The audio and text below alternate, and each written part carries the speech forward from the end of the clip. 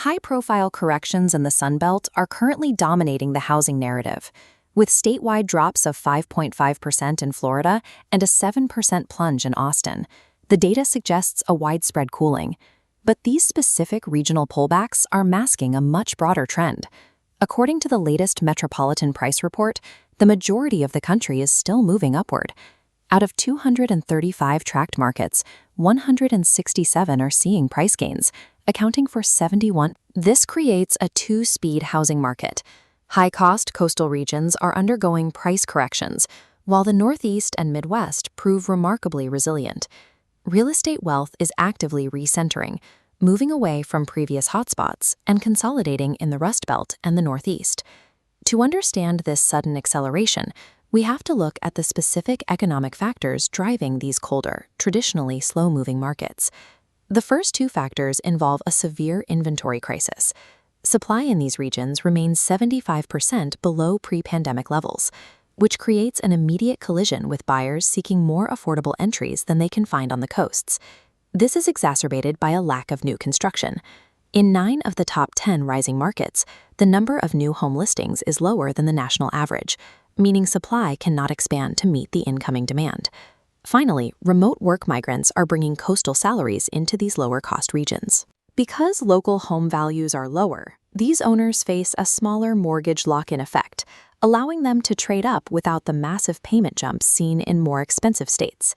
These factors have positioned historically overlooked towns as high-yield, high-competition asset classes. This pressure is most intense in Tier 1, the Act Now frenzy. These are markets defined by acute inventory shortages and immediate bidding wars. In Hartford, 66.4% of homes sell over the asking price, the highest percentage in the country. Meanwhile, price cuts are virtually non-existent, occurring on only 16% of listings. Rochester, New York is seeing a similar surge. The city currently maintains a blistering 19-day sales pace as buyers relocate to escape the high costs of NYC and Boston. Newark, New Jersey is also seeing rapid growth as a commuter play. Its direct access to Manhattan helped drive a 6.4% jump in home values in just a single quarter. In these Tier 1 cities, traditional buyer hesitation is often fatal to a deal. The window for entry is actively closing as competition remains high. For a different risk profile, there is Tier 2, the Giants Awakening. These are established economic hubs experiencing steady growth rather than overnight surges. Chicago is currently growing at 6.1%. This is driven by a massive affordability advantage. A typical home here costs $336,000, compared to over $700,000 in New York or nearly $1 million in Los Angeles. Boston holds a unique position. High-income demand from the biotech and university sectors remains constant, while a lack of buildable land prevents the housing supply from expanding. Detroit's 17% Q1 surge is a result of a manufacturing revival meeting a historically low price base. Investors and first-time buyers are flooding into the market as it catches up to national averages. Tier 2 cities offer a more stable environment for capital, providing major city amenities without the extreme coastal premiums.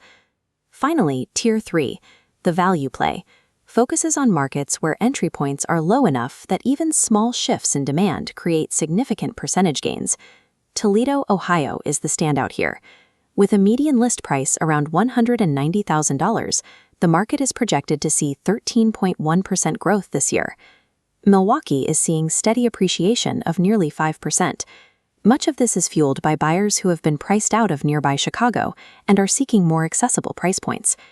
Kansas City has become a rising remote work magnet. Its central location and growing tech sector attract migrants looking for a lower cost of living without sacrificing infrastructure. Tier 3 shows that building equity in 2026 doesn't require a $500,000 starting point. It requires positioning capital ahead of these migration patterns. The metric suggests the Sun Belt boom has faded, giving way to a migration pattern dictated by local affordability.